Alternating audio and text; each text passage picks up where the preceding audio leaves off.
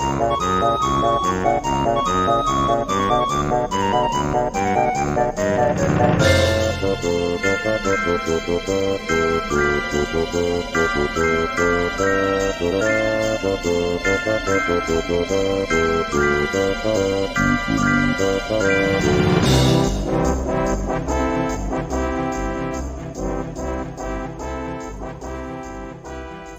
know, that feels all the sweeter now on the other side of such a fucking crazy week after the election, after all the crazy stuff happening in this country. And it was just nice to be like, look, it's so happy. And you see that, it means we're back at Watchalong time. It's Monday, and we're here watching The Nightmare Before Christmas. I am super excited, you guys. I don't know about you, but this is a movie that I love very, very much. And I can't wait to watch it with you guys. It just feels like a victory lap after such a weekend. I'm here with Maxwell Haddad, my friend. How are you? Hello. Happy holidays. Happy holidays, my friend. How are you feeling? I am feeling excellent. I want to say, I would have to thank everyone in our chat because I think almost all of them were here on Saturday night when shit got a little crazy. Saturday was some of the most fun I've had in a long time. I think it was sort of a communal release of all the stress and anxiety we'd been feeling over the last 4 years, and then the agonizing fingernail pulling wait that was election night through Saturday. Yeah. The fact that we went for 5 hours, the fact that that video has been watched by over 150 people, the fact that the clip outs that you made on Twitter have been watched by like 300-400 people blows my mind. The love and support you guys give us, even when we're doing the stupidest, silliest shit, is overwhelming. Especially because it came out of nowhere. Yeah. It wasn't planned. We were just like, hey, let's fuck around online. And everyone was like, okay. So, I don't know what to say other than thank you for joining us. And, that might be something that happens again. Who knows? Yeah, I really do appreciate it, you guys. It was awesome. And just so appreciative of all your support. And without you guys, we wouldn't be able to do this. But you keep coming back. You're here for us all the time, and we just appreciate it. So thank you so much. And Maxwell, we're watching a really great movie tonight. We're watching a fantastic movie. And I just want to make one thing clear. Despite common thought, this movie is not directed by Tim Burton. Correct. And it is directed by the great Henry Selick, who also directed another one Tim Burton produced, which is James and the Giant Peach, also for Disney. And he also directed the absolutely fantastic Coraline. Yeah, which we kept trying to get into Scary Movie Squad. It just didn't happen because it wasn't streaming anywhere easily. Well, it was, and then they took it down. Oh, no, They put it up after. Anyways, it is produced by Tim Burton, and the story is by Tim Burton, and he created the characters. But the film is not directed by him, even though it's obviously very much in his visual style. It feels... I understand why people that make that mistake, but as a particular lover of stop motion animation, I really believe that Henry Selick deserves his due. 100% agree with you. And I also think just in general, Henry Selick deserves to be remembered as the guy who directed it. Like, people so frequently, because it says Tim Burton's The Nightmare Before Christmas, even like, we forget too, Disney has claimed it now, but it originally was a redheaded stepchild of the company. It was a Touchstone release. It wasn't even a Walt Disney Pictures release because they didn't know what to do with it at the time. So there's a lot of interesting history here. I'm really glad that the love for it has come around over the last 25 years or so, but so interesting. Yeah. So 2 years ago, Liz and I and some friends went on a Disney Halloween cruise to celebrate our first wedding anniversary. And it being a Disney Halloween cruise, they actually, they have a movie theater on board, and they did a special sort of 4D showing of Nightmare Before Christmas. It was in 3D, but they also used the incredible lighting rigs they had in the theater, like scrims and gobos and all that sort of stuff to like make shadows. They had like it snowed. When it snowed, they had smoke and smells. And this was on your cruise, you said? Yeah, on the cruise. So go ahead. No, go. I was just gonna say, and at the end, Jack and Sally came up from under the stage, and they looked awesome. And then you got to take pictures with them outside after. So I wanted to share this photo to show, just how much Disney is doing with the characters now. And one of my other favorite things is when Liz and I were on our honeymoon, we went to Disneyland Paris, and we met Jack Skellington there, because normally when Jack Skellington meets at Disney World, the lines are very long because he only meets at the Halloween parties. Yeah. Not often. Apparently in Paris, he's there more often. But my favorite was we get up to him and he was like, "Parlez français or anglais?"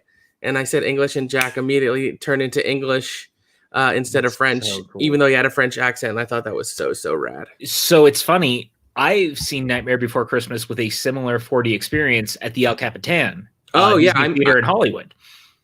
So I wouldn't. I was just saying I wouldn't be surprised if it's like the same programming. That's exactly what I was thinking, because when you started bringing up the shadows and did you get smells too? Because they did smells on ours. I don't remember. Cool. I don't think they have smells on the ship. I'm not positive. I don't remember. I don't think. My favorite was when he falls into Christmas Town for the first time. It smelled like gingerbread. It was so dope. Well, and look, it was so I want to go through all the stuff we have coming on the network in a couple days. But before that, let's bring on our guests. We got cool people. We have two awesome guests tonight. One is someone who I am so glad is going to be back a little more frequently on these watch-alongs. I think his voice is indelible, both in the POV he brings and his actual voice. One of the best actors I know, Patrick Hogue. He's bad. I've never had someone describe me as indelible before. That's a new one. I like he that. He used a big word for you. It was pretty cool. I do. I tend to use big words on the regular, if you haven't noticed. Oh, same. It's to the point where it's upsetting to me, where I just like try to take the most obtuse path to get to any way to like describe something, and I have like my thesaurus at my side looking for like equivalent. That's a $4 word to like describe. It reminds me of The Nice Guys when he's like, "Today's word is equanimity." Yes. God, but we have another guest who may have more insight as to if there were smells on the ship or not. It's my wife. That looks like Oogie Boogie. That doesn't look like Liz. I think that's the Oogie Boogie popcorn bucket we got on the cruise ship. It is my fabulous Oogie Boogie popcorn bucket. That's so good. I collect Disney popcorn buckets. That's one of my quirkier things. Not even just Disney ones, like all popcorn buckets. So I love AMC because they have those awesome like metal tin popcorn buckets that we actually eat popcorn out of at our house. Hey, Ellie, what is the storage situation when it comes to collecting popcorn buckets? Horrible. Do you stack them inside of each other? Do you? So it's become a thing where the ones like Oogie Boogie like this, I don't get that often anymore. They are hard to store. And so I have limited myself to like one or two for a holiday and then use them as decoration. So Oogie Boogie actually like sits on the kitchen table during Halloween season, and like that's self-discipline. That's good. Yeah. But the ones that are like at AMC, they just stack because they're just the same size, like metal push out like decal type ones. So we just have those in a stack in our kitchen, and we kind of rotate through them when you make popcorn. Heck yeah. Yeah. I love it. We have an air popper, so you pop it straight into it, give it a second so it cools down. It works. But 21st century. I don't remember there being smells on the cruise, Max. I don't know if that's because the theater's so big and it's not like a smell-orama theater where they have like the smell thingy right in front of you. So they could have been releasing it from the stage, but Max and I are back of housers when it comes to anything on a cruise ship. So what a title to have for the back of houses. You call us in when you need something specifically at a distance away from everybody else, okay? Well, when the show's over, then you're the first ones out to head to the buffet. And if it's really bad, or the bar. Out. If it's really bad, you can sneak out. You don't upset anybody. I've never thought about it like that. I think each cruise ship we've been on, within like the first couple of days, we figure out the like 4 row that they have. That's kind of usually by the tech booth, like towards the back of the house on an aisle. There's like only 4 people can fit there. We normally gravitate towards that. Yeah. All right. That being said, we have some really fun and exciting stuff coming up on the network. Nightmare Before Christmas week continues with Suddenly Soundtracks on Wednesday. It's going to be on YouTube and on Chris Clark's Twitch, which is down here at Chris Clark 8788. Those numbers mean nothing. With a pretty awesome panel of guests: Abby Friel, Kelsey Kirkland, I believe, Alex Shasek. Am I saying that right, PJ? Yep. And that is Vanessa Fitzsimmons. And I didn't know her last name, Vanessa Fitzsimmons. So Chris is going to just be inundated with women talking about Danny Elfman's original songs for The Nightmare Before Christmas. That's Wednesday night. You don't want to miss that. Then Thursday, I'm so excited. Are you excited, PJ? I am super excited. Front Center Mezzanine is back with our very special guest, Gerard Canonico. I have been a fan and friend of Gerard for a long time. He has been on Broadway since he was a kid in stuff like Les Mis, Spring Awakening, Groundhog Day, American Idiot, and most recently, Be More Chill. He's also in one of PJ's favorite films, Stuck. And he has a Blink-182 cover band that he tours the country with. He's a really awesome dude, a super politically active and a social activist, and I can't wait to talk to him on Thursday at 7 Pacific, 10 Eastern. Yes. This is going to be the only Front Center Mezzanine we do this month. It's just been a busy month with the election and Thanksgiving.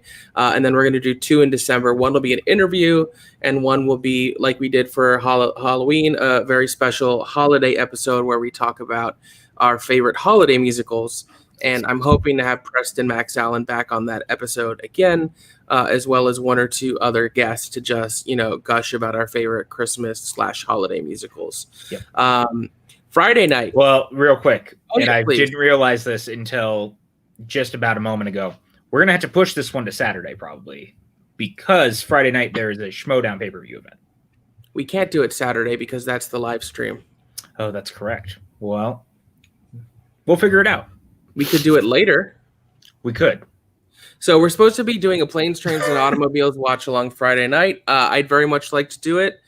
There is a Schmodown pay-per-view. Maybe we'll pick a later start time. We will keep you guys apprised of that.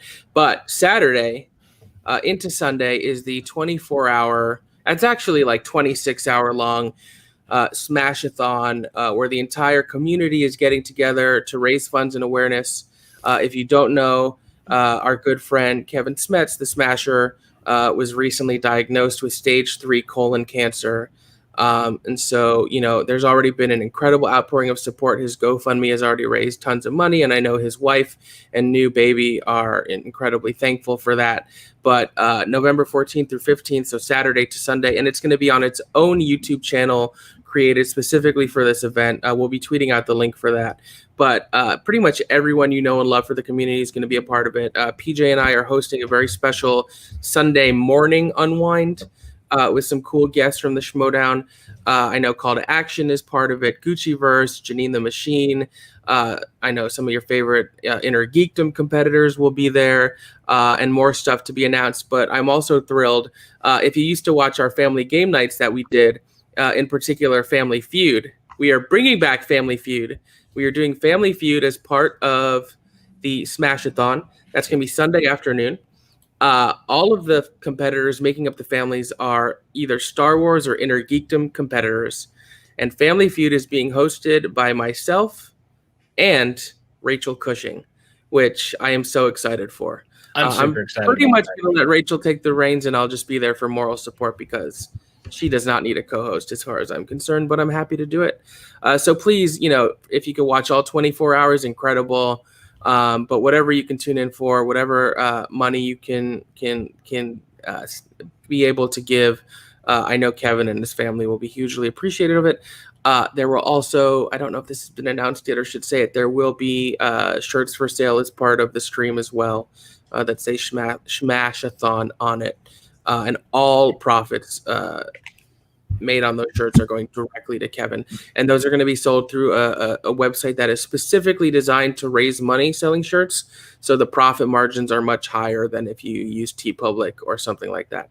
So I'm really excited. It's going to be an emotional and really fun day. The people putting it together have done incredible hard work. I know I'm talking a lot about it, but I just love how this community can come together. And as the hashtag says, smash cancer. Yeah, I'm super excited. The people behind the scenes that have been working on putting this together have been working tirelessly. And I really, really hope that you guys will tune in and turn out to help with a really important cause. We really love Kevin here. So it's been a very trying time with all this, and we just want to try to make the hard, trying times easier for him. Yeah. I hope it runs as smoothly as the last time we did Family Feud. God, I hope so. On Saturdays, we've been doing our PJCN Water Cooler Chat Mandalorian edition. I don't know if we're going to do it or not because of the aforementioned 24-hour stream. Maybe PJ and I will do it without Sully. I don't know. We will keep you apprised of that as it gets closer to Saturday. Yeah. And finally, of course, we have to give a huge shout out to all our Patreon producers, our executive producers, Brandy Parco and Ricardo Franco, no relation to Tim or Time Franco. And our Ruby tier producers, Brandon Buckingham, Ferris Muthana, Molly Damon, Jake Berlin, Michael K, Stephen White, and Bador. You guys are the best. You guys are the best. We love you. If you want to support us on Patreon, check it out. There's a tier that could be right for you. You get access to our exclusive PJCN Discord, exclusive AMA streams, outtakes to different shows that we do, producer credits, stuff like that. So check it out, and we'd be happy to have you. We love our patrons, and we couldn't be more appreciative. I love hanging out with everyone in the Discord. Like, it's just so fun, and people are sharing pictures of animals and food and Blu-rays they've been buying and stuff. Like, people come in there for home theater advice sometimes. It's dope. Like, I have a good time hanging out with the patrons. I know. I'm not gonna lie to you. Yep. And of course, we have a TeePublic shop with some new additions. As you can see here, we have 2 different versions of the Merry Movie Squad logo. One is the Scary Movie Squad logo. One is Scary Merry Movie Squad, and one is Merry Movie Squad. And then, of course, the infamous Twitter and Salad debacle. And this shirt is designed by the great Jake Iacovetta, who is nice enough to allow us to use his design, and we are splitting all of our proceeds on those shirts with him. Yep. So if you want to check it out, please do. I think that's enough of me blabbing. Yeah, I think I'm ready. What tier gets you the salad invite? That tier does not exist yet. Thank you, Brandy, of course, for putting those links in there. We appreciate it very much.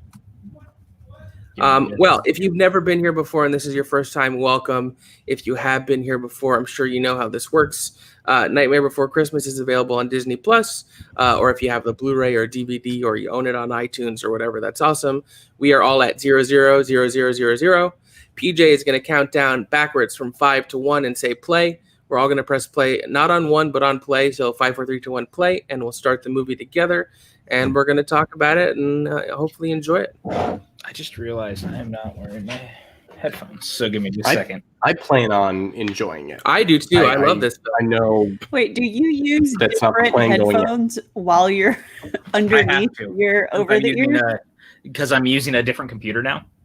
It's called a splitter. Fancy PJ, new computer. He's all high. This, you guys. Better than the rest of us. It's just easier for me. It's fine. This common folk will be here when you're ready. I guess. I just use Windows and have a split screen open. To be back.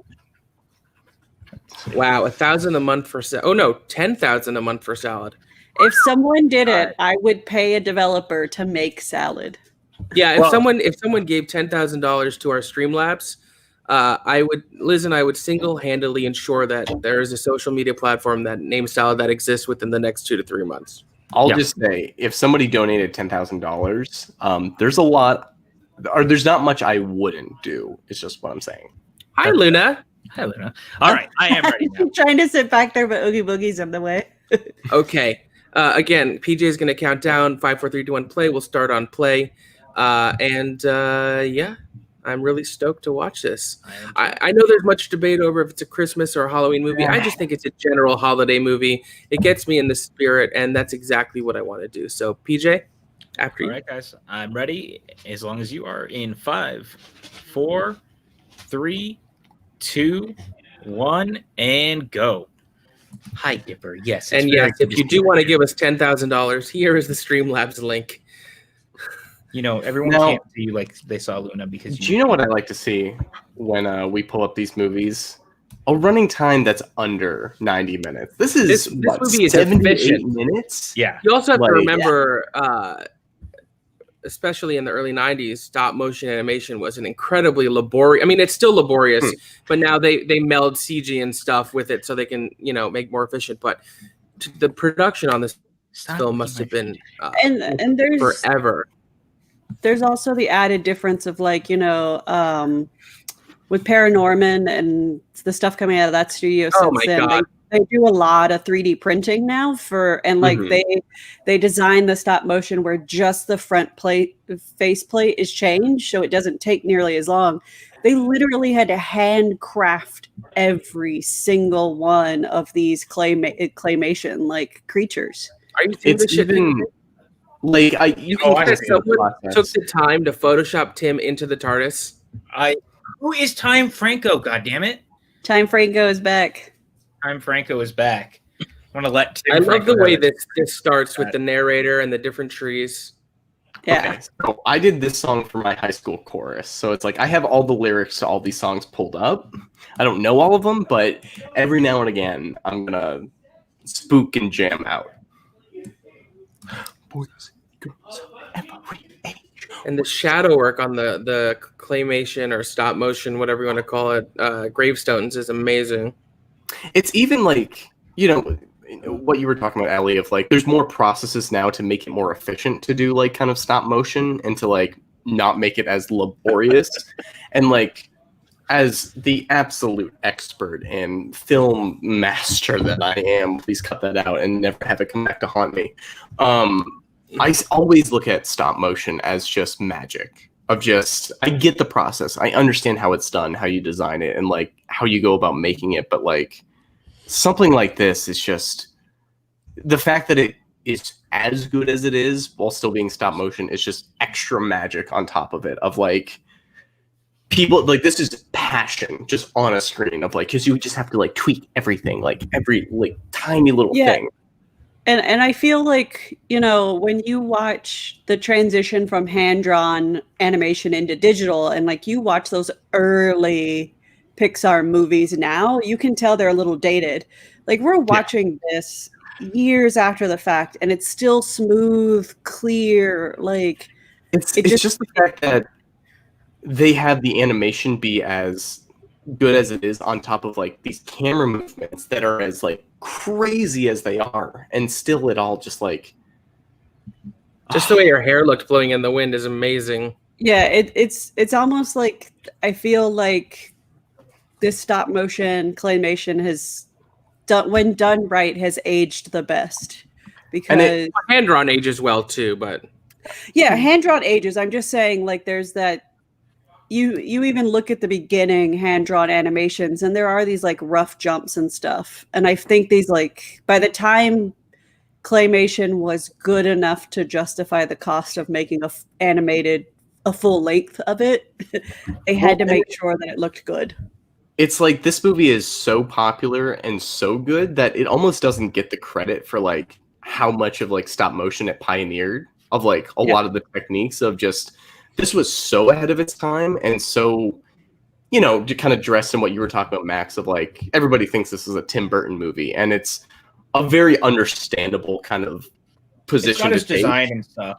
I mean, I get it. Yeah, and it's like, it's not just like Steven Spielberg throwing his name on Transformers, and like, this is, you can tell he had influence over this, but it is also just this technical marvel that I don't think we appreciate for like the time it came out and like what it did, because the latest ones we talk about are like Leica and Coraline, and there was stuff in between, but this one was just head and shoulders for a decade and a half.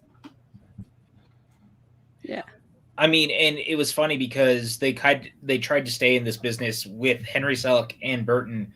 Just a few years later, they would do James and the Giant Peach, but that movie. One was also like half live action, which was really interesting too. But I think Ellie makes a great point. Like there's something about stop motion that makes it quite timeless. Like it's just really beautiful. And it, for what this movie, the debate between is it a Christmas movie or a Halloween movie, I think is so interesting, because those are usually the only two holidays you see like kind of like intermixed when it comes to a lot of like these kind of movies. And it just like exists within that kind of like dream logic that both of those holidays have. Right. And that it just still holds up. What's up, Jake? Jeremy, good to see you as well. Everyone's here, man. Oh, dude, Steven, the California Raisins claymation stuff was actually very, very cool. Like all their music videos and stuff. My parents had a VHS of that I used to watch all the time growing up. Crazy stuff, man. I gotta look up the IMDb because Danny Elfman does the singing voice for Jack, but he isn't the actual like recorded voice. It's the Chris Sarandon is the speaking voice. Yeah, who's in Princess Bride as like the evil. And Catherine O'Hara is Sally. Oh, I did not realize Catherine O'Hara is Sally. Awesome. Yeah, that was the question that won James White his first match in the movie Trivia Schmodown. It's true. Can we also talk about how this is the best world in Kingdom Hearts? Yes, 100%. I do not disagree with you. Kingdom Hearts is like, I'm so close to getting into it, but I am like, don't disparage Kingdom Hearts. I won't. It is one of my all-time favorite game franchise. I haven't played till the end. I haven't spoiled myself to the end, but I still love it. I've played all the ancillary games as well. Real quick, this is my favorite song in the whole movie. Have any of you listened to the Nightmare Revisited soundtrack? Yes. I was listening to it a lot. Many times. Oh, it's so good. There's some great renditions. Flyleafs is very interesting of What's This. I actually prefer the Fall Out Boy one that's actually on the deluxe version of Nightmare. I love the Fall Out Boy version. I agree. That's the one they use in the fireworks, right? Yeah, they do. But I love all the music in this, and I think the musical genius that is Danny Elfman in making this music transcends when you see how many people can turn it into different sounding versions. You know what I mean? Like, so good. And this whole Jack's Lament is just Jack's Lament's incredible. Yeah, just this part. Oh, so this is so just iconic right here. I mean, like, to me, this is one of the most iconic shots in all of modern cinema. Yeah, I agree. But it's also like there's so much Santa imagery of like him and his reindeer, like it's silhouetted by the moon. But it's also the same thing with like werewolves, and it's like that is an image that captures both of those kind of like aesthetics. And this movie is on a tightrope of tone. And it just nails it every step of the way. Yeah. Reefism, the Kobe Bryant short, Dear Basketball, is gorgeous. Won an Oscar. That won the Oscar. It's incredible. Go ahead. I was going to talk to Malcolm's Kingdom Hearts 3 was disappointing, but still enjoyable. I think the problem that I at least have had with Kingdom Hearts 3, and I think a lot of media overall in the last 5 years is a lot of people keep focusing on what they wanted and not what they got. And so I think what we got, it does its job. Is it the story and the way we wanted it to end? Not necessarily, but and that's a lot of things. And I think it also is Kingdom Hearts, we sat for a really long time with it before we got the finale. And so when that happens, people get to sit and think about what they think the ending is going to be. And so. Well, that's what storytelling, like, I feel like storytellers always have a problem with, is just, especially when it comes to franchises now, and when you put a number on something, of a lot of the fans have their interpretation, and they have their, you see it with every Marvel movie, which are good at, like, serving kind of what people expect, but also doing their own thing. Whereas, like, me not knowing anything about Kingdom Hearts, I just know Goofy holds a Keyblade or something like that. But it, like, Goofy holds a shield. A shield, of course. Yes, we all know that. Mickey is the only Keyblade wielder in the Disney realm of things. Totally, 1000%. And like that's one of those things of like Kingdom Hearts 2 was big when I was a kid. And it's like, there's been other Kingdom Hearts games, but like over a decade later, you're getting the sequel. Good luck living up to those expectations. Yeah, and that's what I was getting at. Like, they kind of, by prioritizing Final Fantasy, they kind of shot themselves in the foot by releasing 3 over a decade later. And it's like people have been in the world of Kingdom Hearts and Kingdom Hearts 2 for so long, they've formulated their own theories of what's going on. Dr. Finkelstein is so creepy. I love a good mad scientist lab. This movie and Edward Scissorhands, my babysitter, assumed was okay for children. And they are okay for children, but not like tonally okay for children that are about to go to nap time. I think that's... Oh, sorry, Hogue. No, you go ahead, PJ. Well, I was going to say, I think that's part of the thing with this in general, with like the original release of it and stuff. Like, Touchstone being the one releasing it and things like that, because Disney realized by the time that they were looking at it, like, it's not really a Disney movie in the same way that they'd kind of been known for at that point. And I think it created contention inside the studio and in the company where it was like, we're supposed to be more family friendly and this leans very dark in a way that they weren't anticipating. Disney would never make this kind of movie today. Like, this movie is pretty, like, I don't know, dude. I mean, they made Frankenweenie. But it's like, this movie has the imagery of a young child pulling a decapitated head out of a box, and like, it's Toy Story had the weird had Sid who like scared the shit out of all of us. That was around the same time. Yeah, like this lives in the same category as like Gremlins, of like just scary enough to show kids. Like, it teaches them lessons about like, while still being goofy about like funny characters, but you don't see these kind of movies unless it's from Laika, who makes Paranorman, and that movie gets pretty dark with subject material. Right. I will never forget watching Paranorman, and I'm sure it's on the watch-along, or was on the watch-along list. I can't remember. It was one we talked about. But Max and I were watching it. Great movie, and slight spoiler, but the end does happen where a character comes out as gay in the very last few seconds of the movie. And this dad, I have never seen a dad pick their child up faster and be like, "We're out of here," like loudly. Not in my country. And we were like, dude, your kid is loving this movie. Shut the fuck up. Like, yeah, I remember that very well. And it was like literally the last 2 seconds of the movie, and you had to make a scene. Like, and we were in New York too, so it was like weird to have that in New York. It does not happen that often when there's a like LGBT representation. Have a parent pick their kids up and run out of the theater. Like, I want a sequel where he goes into all these other towns. I do too. I've always wanted that.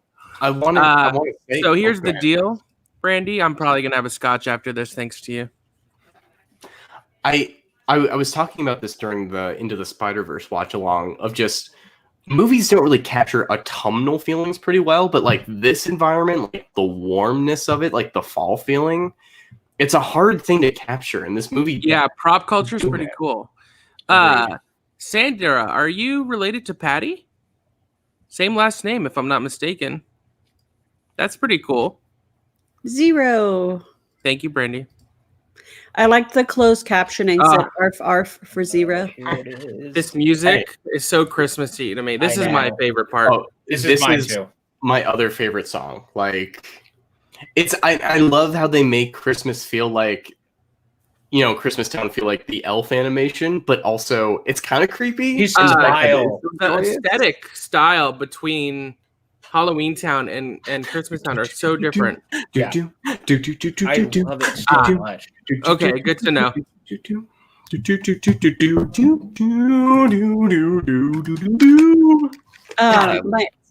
My other favorite thing is to listen to this one in different languages, because it's just like the beat behind it is so much the song that like you can pick it up. Yeah. Mm-hmm. What's this? It's also this movie just gets Christmas, man. Yeah, and it like the joyous discovery of it, and it's like, what happens when a horror villain like discovers Christmas? It's like, this is great. Why are we doing this? Hey, Kale, how are you, buddy? What's up, Kale? It's funny because that makes sense. There's a lot of movies like this, like Rise of the Guardians, that like movie with, like, Easter Bunny. That's one of Liz's favorites. It's great, but it's like that's such like a weird subgenre of like all these different holiday folks coming together. The shot of his eyes looking at the lights, and two of them lighting up with his eyes is just so beautiful. Sing mistletoe, so unique, inspired. God, it was 75 here today in November in New York. Nothing makes sense anymore. Yeah, it's under 50 degrees here, I think, right now. Listen, it's colder in Arizona than it is in New York. We get to the election. Go ahead, Ellie. It's the time of year where my sinuses hate me because I have reactorial airways to weather changes. And so having already adjusted to 30 to then wake up to 70, I am shocked I don't sound like a 40-year-old smoker right now. Nightmare Before Christmas. Favorite movie, I gotta tell you what. I love the kid waking up. We are at about 16 minutes and 31, 32, 33 seconds. Briefism. One thing I appreciate about The Nightmare Before Christmas is that it sets up the world that, like, Jack and them leave Halloween Town and go to, like, human world to thank you, Halloween. Patty. We love it when you like our videos. Any sort of engagement and subscriptions are awesome. And then Santa leaves Christmas Town to go to where humans are to give gifts. So it's kind of interesting. I also know some people don't agree, but I love it when they do the Haunted Mansion holiday at Disneyland. Me too. I love it. And it's like, Ellie, to your point of, this movie is so confident with its world building, and it's like I forgot kind of how brisk. Like, this movie's so short, so it's like I shouldn't have thought this, but like the first song is "This Is Halloween." Jack is sad, then he sees like Christmas Town. So it's like a very quick, just kind of like, you get his problem, you get what he wants, and you get what he finds. Like, there's no fluff on this, but there's still so much more to explore. Where like Max, you're like, let me see the other like, holidays. The voice of the mayor is Glenn Shaddix, who is Otho in Beetlejuice. Mm-hmm. I would like to know what they think happens in Thanksgiving Town. And he very sadly passed away and way too early. Yeah. Because like Easter makes sense. That's where the Easter Bunny lives, and they paint all the eggs to hide. Valentine's Day is probably where Cupid lives. Is there just a big turkey being I think it's a giant turkey. I want to see Thanksgiving Town almost more than any other town. You know what else they should do? I don't think we saw it, but my proposal for a sequel would be Hanukkahville. What up? Like Jack Larry opens David up just the coming wrong out. door and is like, "What's going on? This isn't Christmas Town." Yeah, something like that would be great. Pretty Thanksgiving-y. It opens up Hanukkah Town and it's just Larry David eating a bagel. Yeah. I've been browsing Reddit, as one does nowadays. As we do. And correct me as a Christian for like saying this, but I found that there's like actually a good subsect of like Jewish kind of like community, that there's like Jews who love Christmas and are jealous of Christmas. Oh, I love Christmas. And it's like, is that the sequel direction of like someone from like, imagine being able to itch Jewish Town is like, Hanukkah Town is like, all right, but we want to create a tree over here. Come on, we're gonna like Santa. Like, what's going on? The only reason Hanukkah is as big as it is because in the religion, it's not a very important religious holiday. It's a pretty minor holiday, but it's only pumped up because it happens at the same time as Christmas, so that Jewish kids don't get left out. Guys, Frog's breath is suspicious. Eject it. Because of the like over commercialization of Christmas in the US, it's really a US Jew thing to be like, to do Hanukkah the way we do it, because we are like, you do start to combat your kids getting jealous of Christmas and like seeing Christmas when they go out and seeing Santa like nonstop. Like, so it's kind of gone hand in hand. That's where imagery and marketing. Yeah, like Hanukkah used to not be a gift giving holiday. Like if you did exchange gifts, it would be money that was meant to go to mitzvot and like which it means you give away. which is still like a thing that a lot of families do. They will give gifts and then give their kids money to then turn around and give it away to something. So, Totally. but yeah, we've commercialized Hanukkah now in the sake of competing with Christmas. In that same vein, I've seen a lot of comments about, and PJ, if I'm wrong. Oh, go ahead, Matt. So people can get in and out of Halloween Town. Yeah.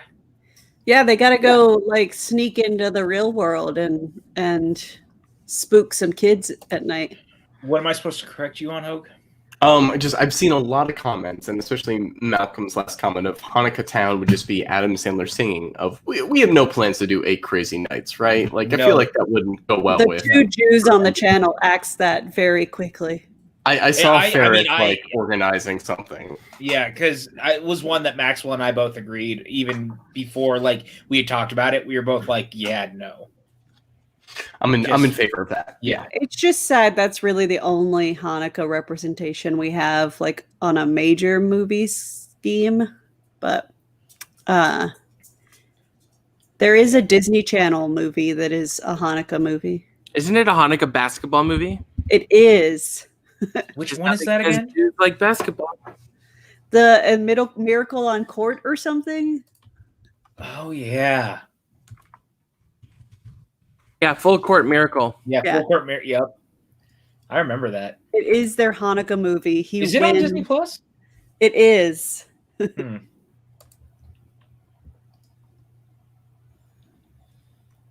I just love that the kid's last name in that is Schlotsky. They were like, we don't want to give him a Feinstein or a Goldberg, but how can we make sure people know he's Jewish? Schlotsky. So they did 2 basketball movies that were one was about Hanukkah and Jewishness, and then they did another one about St. Patrick's Day and leprechauns. With Tim Robinson. Yeah, with Tim Robinson. I kind of just pretend the holiday is a Hanukkah movie because the holiday is just about the season and does have a Hanukkah scene. Right. So people do put it in a Hanukkah list. That, and then I really do like that The Night Before does take a nice Jewish stand in the middle of it being a Christmas film. Yeah. The Night Before is funny. We're doing that. We're watching that in a couple weeks. Yeah. I didn't see that. I've wanted to. Well, you can watch it with us. But yes, if you want better Hanukkah music, listen to Matisyahu, not Adam Sandler. Yeah, Matisyahu's song, I think it's just called Happy Hanukkah, is that great. Song is so baller. I love that song. Yeah, there's no way Disney would make this movie nowadays. It's gross. It's the same conversation we've had a lot. And that conversation is that there's a fundamental misunderstanding, and this is my opinion, of movie studios making family films versus children's films. And I think that we have gone a lot, the 80s and the 90s had a lot more family films that were literally family films. They ranged from being for kids and for the adults. And I don't know. I mean, Pat, you said you didn't think Disney would release this today? I don't think they would make it. Release a weird word. Coco has some pretty similar stuff to this in its own way. Not like this, though. Like this. And Coco deals with Anna almost dies in Frozen 2. We pretty much watch Anna twice actually, because she almost dies in Frozen 1 too. I cried during Frozen 2. That was the first watch along I was on, and it was it affected me. And Disney is still willing to talk about those subjects, which I like, but I'm just on a pure imagery level. This movie is disturbing. I think the closest that I've come to it is probably the Leica movies, Coraline. Yeah, I was going to say Paranorman, Kubo. Even the Box Trolls. Yeah. I love the Box Trolls. I do too, Ellie. I do too. But even puns, especially cheese-based puns, please watch the Box Trolls. Yeah. Box Trolls is fantastic. It took me far too long as an intelligent individual to figure out that the trolls got their names based on the box they were wearing. So eggs is because he's wearing an egg carton, a box that was used to ship eggs, right. And it has a big egg on it. I love that he's reading a book that just says the scientific method. Did anyone watch Missing Link? Watch what? Missing Link, the newest It was Leica movie. okay. It was okay. I would watch it again, actually. I thought it looked stunning. Yeah. I think story-wise, it was one of their weaker stories. Because Kubo is like I love their movies. Kubo's incredible. Yeah. Kubo really is. You want to make a Legend of Zelda movie? There you go. Like easy. I do wonder if this new is it Raya or Raya? Raya. Raya is gonna have that more like what the aesthetic's gonna be there. I am we don't incredibly really excited for that yeah. movie. When we saw the footage at D23 last time, because it does have that feel like with the footage we saw of like a Moana, but it also feels like they could take it to a deeper level, like how Kubo kind of like towed the line on which level it was going to be in. I really wonder if they're going to go the same way that Leica did with the tonality of it. Like, is that the newest Leica movie, Raya? No, it's the newest Disney one. What do you think, PJ? Disney is doing Raya and the Last Dragon. Yeah, Gotcha. I'm letting PJ. Yeah. I am not against it. We could kind of do it. I mean, I guess I'll say it here. I mean, Maxwell and I decided behind the scenes with a couple of the others that we're going to watch a couple Sean Connery movies in January as well. So but those are going to be Fridays, so we could do Leica Mondays. That's exactly what I was about to say, is that we'll balance it and have Leica on Mondays and we'll have Sean Connery movies on Fridays. James Monroe Iglehart doing Oogie Boogie Song is incredible. But also Heath Saunders, who PJ and I had on Front Center Mezzanine. If you go on YouTube and look up him singing What's This or Jack's Lament, amazing. I have to say, what they let James Monroe Iglehart do kind of gave me hope that we might see a musical at some point. They're very, very protective of this ending up on stage for some reason. The fact that they let James do it. Yeah. Only him. My friend putting this out there, James is my dream guest for Front Center Mezzanine. He's one of my dream guests for sure. My one of my friends actually got assist for trying to make a Nightmare Before Christmas musical, and so that's a thing. Like, I work in licensing, so please stop saying because it's for education, it's fair game. It's not. If you don't charge, it's still not fair game. You're giving away what your job is online. I'm shocked. I didn't say where. No, I know, but said what I do. I don't know if people knew that you worked in licensing. I love the character. Oh, her arms. Oh, she just like jumped out. Like, well, I mean, they know that they're not. Get that, but that's the imagery of someone committing suicide. Like that's why. Like, I get it. Like, no organs, only leaves. I really love the score in this movie, too. Like, even when there's no musical numbers, like, Danny Elfman's score is November 25th is the sequel to the Christmas Chronicles, right? Yeah. Those three guys are my favorite. Mine, too. I think they're fantastic. Which? The three guys that are the little... Oh, the musicians? Yeah. I love them. Yeah. I really wanted to do Christmas Chronicles as one of our watch-alongs. I really, really did. Unfortunately, didn't happen, but that's okay. Next year.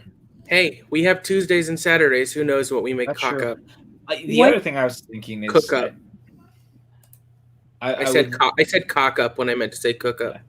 I wouldn't be shocked if we did a Coming to America watch along. Well, we are doing Trading Places and Coming to America double feature. That's what. Yeah. So I'm just saying, don't be shocked if we do an off-brand or an off-day Coming to America watch along in December. What do you guys? What is y'all's most look forward to holiday movie that's coming out? Since we're getting a couple. This year. The Happiest Season looks fantastic. I'm really excited about Jingle Jangle. Like there's something about that one that really, really just like is Yeah, tugging. that's playing in theaters now, but it's coming to. But do you guys know who wrote and directed Happiest Season? Mm-mm. Clea No, Duvall. Really? Wow. Yeah. Oh wow. Mine is Christmas Chronicles 2 because I love the first one so much. There's something, and I love the idea that Goldie Hawn is going to be like the front and center in it with the little girl. I think it's really great that Mrs. Claus is getting like a front and center treatment with it. I just think that's spectacular, and it's also great that it's her and Kurt together. Like, who doesn't love that? I am also very much looking forward to the Princess Switch switched again. All right. Because I really feeling my heat. Max is not joking. I love the Princess Switch. No, don't get me wrong. I'm excited too. I was like, don't make fun of me for this, Max. Lots of teases. There's always lots of teases. Happiest season. It kind of hurts me to say this, but I'm kind of interested to see Fat Man. Oh no, you couldn't pay me. I do want to watch The Holiday, which I haven't seen yet. Listen, I get it. The Holiday is on Netflix. They released it about 3 weeks too early for what they wanted to achieve. People are watching it like #1, so. But from my understanding, there is a scene in which a woman says, I let you come on my back and you wouldn't introduce me to your parents while his parents are sitting on the couch right in front of them. Nothing says Christmas like coming on backs. Merry Christmas. What'd you get me? Nightmare Before Christmas, a children's film released by Disney, pretty much for all audiences. And this is our commentary on it, talking about coming on backs. Hey, our channel is not a family-friendly channel. That's true. Sorry, Patty. Patty, if your brother can hear us, I'm so sorry. Oh yes, sorry, Patty, if your brother can hear. I forgot that you watched. Patty, my deepest apologies. But yeah, there's a little bit of an interesting. I have a hard time not wanting to perform all of Jack's songs. Yeah. Hogue, similarly, I am curious. Okay, about Coach. I think I remember the line, and you were correct. It wasn't her back, but it was. Yeah. Yeah. The trailer for the sequel came out today, Malcolm. PJ, I have every trepidation that should exist with that, but I'm curious. I'll watch it. I am too, man. Like I like Goggins a lot, and well, I mean, if they do kill Mel Gibson in it, then hey, Mel Gibson dies in a movie. And if he's Santa, that's a premise. Patty has her headphones on. Thank God. I just pictured I forgot a kid in 10 years sitting in therapy. So the day I learned about. Yeah. There's something funny about Christmas lights. How little are Patty's brothers? Yeah. How little are Patty's brothers? Enough that we'd still probably put them in therapy, Ellie. Because I mean, kids are learning this stuff a lot earlier these days. From the pictures I've seen, maybe 7 or 8. That would be my guess. I don't know.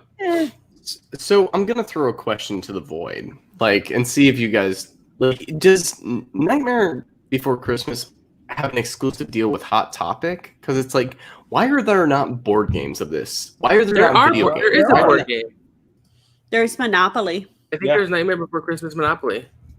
Yeah, but past that, because it's that's easy. There's Nightmare Before Christmas Operation. There's Wonder Forge Disney Tim Burton's Nightmare Before Christmas Merry Mayhem card game. Nightmare Before Christmas Yahtzee. Monopoly. Something wild. No, but not even putting it on another Disney, game. The Nightmare Before Christmas 4-pack board game. I get it. No, you're putting the Tim Burton aesthetic on all these games, but it's this could have its own game. This is a world. This is where are the rights to the Funkoverse strategy game is its own game, and the Mayhem card game. I don't know. But I kind of get what Hogue is saying. He's talking more I have the big Ghostbusters board game or the Rambo games, these bigger tabletop type games, right? And just even just a video game of go explore Halloween Town. There was one. Every world have different. There challenges. was a Nightmare Before Christmas game on Xbox. Was there? Yeah, called It's Oogie's Revenge, I think. Someone could Google it and tell me if I'm right, but there was a game that was called The Nightmare Before Christmas Boogie's game, Revenge, yeah. in which you kidnap Santa Claus, collect points, and defeat Oogie Boogie. It appears to only be on eBay nowadays, Excuse me. but the game did exist. Oh, I love these kids, by the way. The kids are there great. is also a game called Nightmare Before Christmas: The Pumpkin King on Game Boy Advance. Oh, wow. We're back to the Game Boy Advance days, my friends. I just These like kids this are is the world. freaking awesome. I wonder if I Dude, could find so much.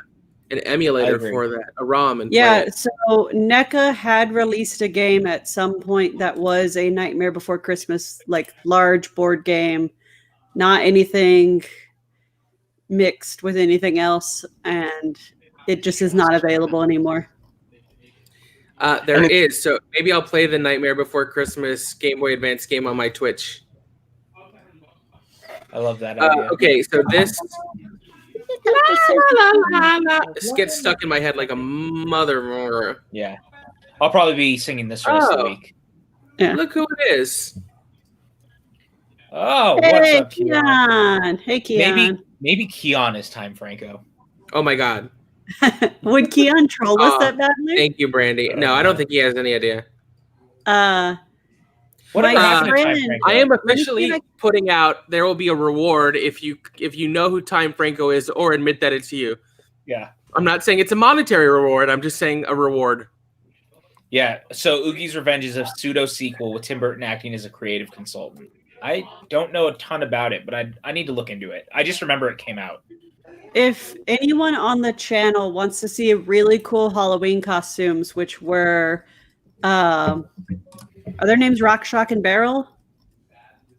Yes. The Disney hipsters. So it's just at Disney hipsters. The two dads and their little boy Alfie went as Rock, Shock, and Barrel for Halloween this year. And they're just super creative parents. They made Lock, Shock, and Barrel. They made these awesome costumes and paper mache masks and like painted them really well. And it was just really cool because the littler one, Alfie, who's the little boy, played the one that has the skull face and the bones, because That's awesome. the other two need to be much taller than him. So it's not my picture or my child, so I'm not going to share their photo. But if you want to see it, it's on their social media at Disney Hipsters.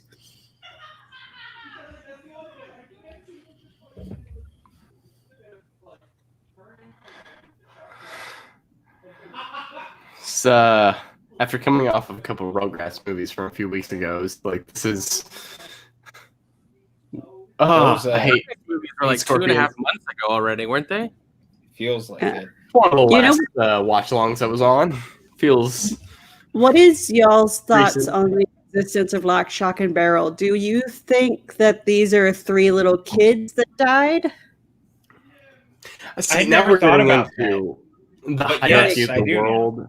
Like, is this like a spirit world where like souls just escape to, or Well, I don't what know are the because rules? I kind of love it, and now I'm curious because I love the idea of that. Yeah, actually. so that is the rules, Pat, that I've always wondered. Like, is it a spirit world? And if it is, does that mean that the only way Lock, Shock, and Barrel can exist is that three little kids died? Like, That's and like I get Coco is dealing with like family death, but it's not dealing with that specifically. well, it does in the backgrounds a little bit. If you watch, there are children that are crossing the bridge and stuff like that. Totally, but not like this. Yeah, like They're this. not right in your face the whole time. But I've I just had the heard most that terrible theory. vision. That's splendid. I've just heard that theory be thrown out before, that like because Sally is created, and so we know Sally is not like of Yeah, a soul. however everyone else is created. Yeah. Oh, I love D Capella.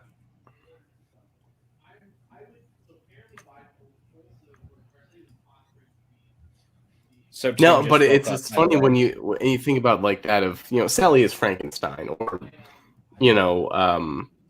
Frankenstein's Bride of Frankenstein. Like so it may be like an assemblage of souls, but it's like I don't even want to start thinking about like the different ramifications of how are these people alive? Because it's like, Halloween Town is just ghouls, ghosts, and werewolves. Oh, Oogie boogie. and now the Easter Bunny. Bunny. All right. I'll be back when you use the restroom. All right. Tim just woke up, by the way. He took a nap and did not know what was going on until just now.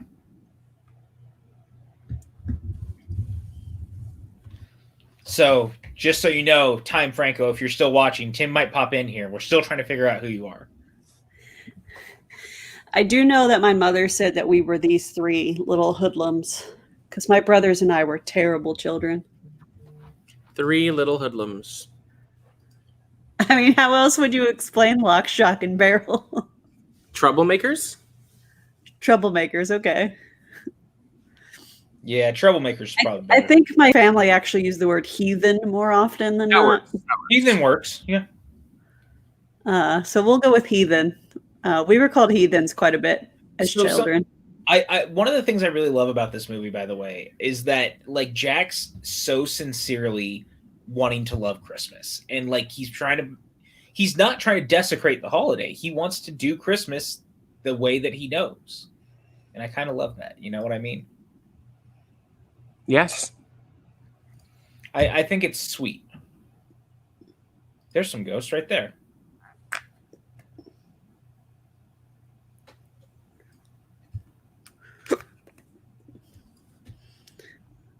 I feel like they missed a moment to put fa la la there. Wouldn't have been bad, actually. The beheading of the doll.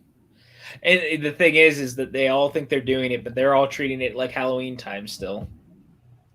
It's the only way they know how. Yeah. Did you notice, by the way, that the sea monkey design in Frankenweenie is real similar to that creature just now?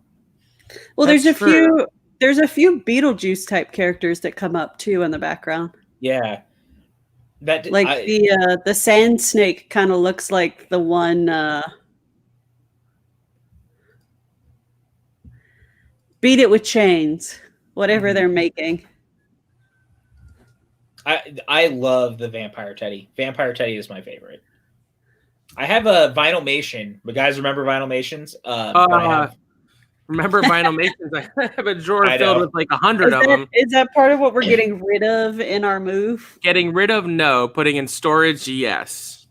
We have so many. Pry those Vinylmation out of my cold, dead hands. I loved collecting Vinylmations, but I have the Vampire Teddy one, and it makes me happy.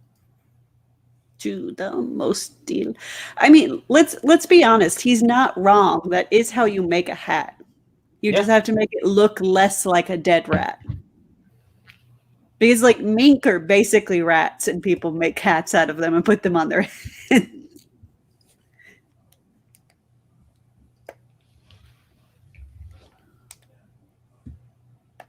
Chat, did you guys collect Vinylmations? I'm curious. Was anyone here as crazy Disney as us when it came to the Vinylmations and stuff? I have a feeling Patty might have. Yeah. And maybe Mike. Okay. I was a little sad they got rid of them. They were fun to trade. They disappeared like overnight too. Because I was still working for the company at the time, and we had tons of them, and I'd get them for pretty inexpensive with the cast discount and stuff. Sure. And then, after almost overnight, D Street kind of stopped selling them. Like it happened so fast. I was there when it weirdly went to being Disney Store only. Right. I think I was working at the Disney Store Times Square, and we would only get the New York exclusive vinyl, which I think you might still be able to buy. I haven't been in a while. I have quite a few of those, including the jumbo ones. And overnight, we started selling them buy one, get 3 free. Yeah. And so, of course, Max and I bought a crap ton of them. I have a misprint one. I am not sure if it's in the box or not, but I bought the Disney Pets Pals. They released, and it was Oliver and the 101 Dalmatians and all the dog and cat characters. But they were misprinted. All of their collars were about 3/4 of an inch too low from the mold. And so I have one of those. Yeah. It is Christmas time, Jack. You know. So Patty said she has a Jack one. Mike says I don't remember having them, to be honest. And Brandy says I've never heard of a Vinyl Nation before this stream. Vinyl Nation. I can grab one really quickly of the giant. I got it. Yeah, so they're. Oh, you have dope. one of the giant ones right there. Yeah, grab the giant one. Yeah. So Maxwell, I actually have all the New York-based jumbo ones. Oh, that's cool. In the boxes and stuff still, because I got them all off eBay because, as you know, I love New York City, and so I bought them all, and they're very, very cool. I have the Statue of Liberty one too. Oh, awesome! We have this guy. Oh, the problem is though, oh boy, this one's also signed and was a limited edition, but it doesn't mean much because poor little Ozzy, when he was a puppy, ate Mickey. Who literally popped up out of his bed when he saw me touch it, like, yes, they're letting me have it. You're like, Ozzy, no. There's a couple of things he chewed on as a puppy that, like, if you touch it now, he's like, is today the day? Do I finally get it back? Sandy Claus.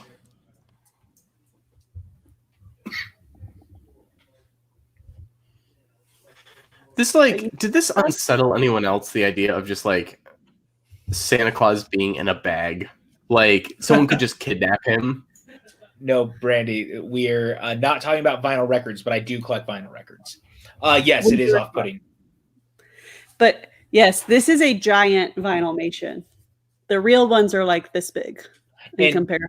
They all have the Mickey heads with the Mickey ears and stuff, and they all had really cool designs and stuff like that. Oh, thanks, everybody.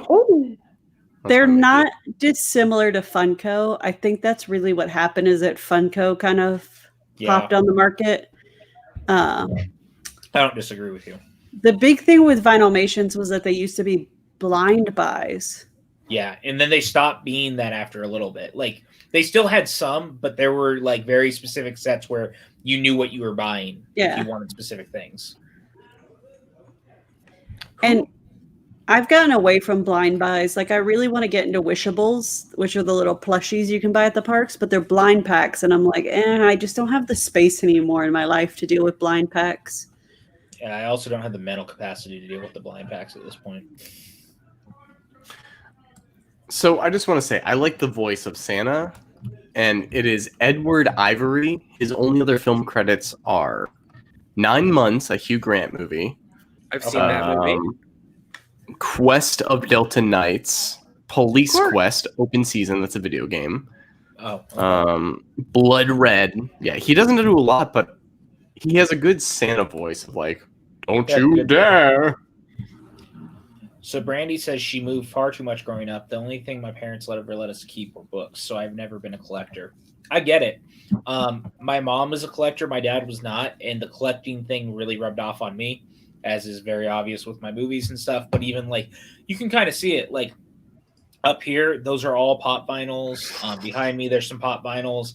There's some figurines and stuff up here between some of the Blu-rays. Like PJ. I love collecting, man. I've cut back a lot because similarly to Max and Ellie, I don't want to run out of space. And after a while, a lot of this stuff sits in boxes. What have we here? We've done a lot better in recent years of like what we collect. So listen, I collect sports memorabilia, specifically hockey and baseball. Mostly guys, I don't want to get books and Blu-rays. Listen, guys, this is a great conversation about collecting. This is Oogie Boogie. We're about to get into like the jammiest of all the songs. Like, also, great Oogie Boogie's design is amazing, by the way.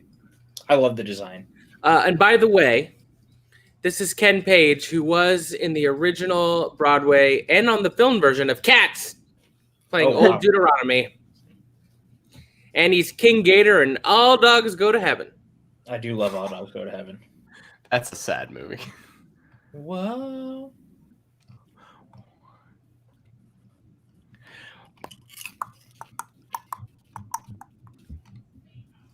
I always loved that it was like Oogie Boogie kind of lived in a casino. Cats! Sorry.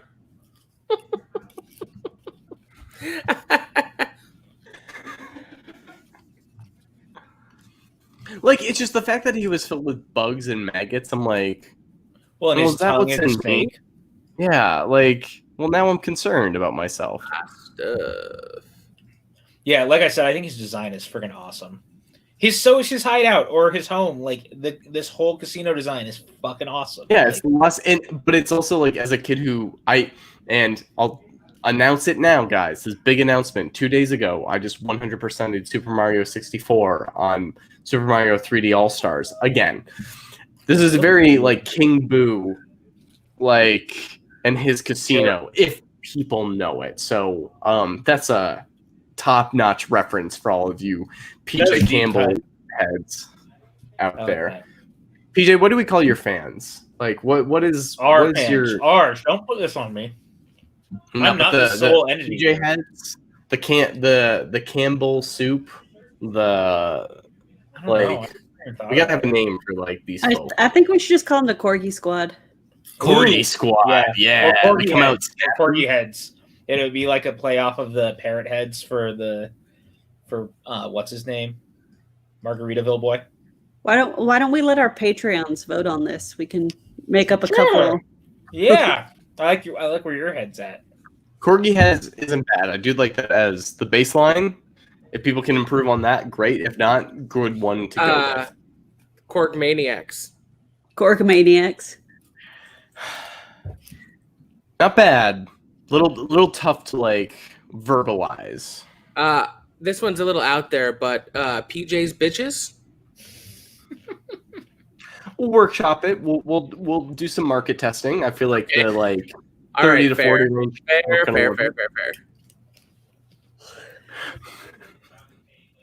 Which, yeah, PJ, if you want to reserve that for like a more exclusive group within, our community, we can talk about it and like, have PJ oh, God.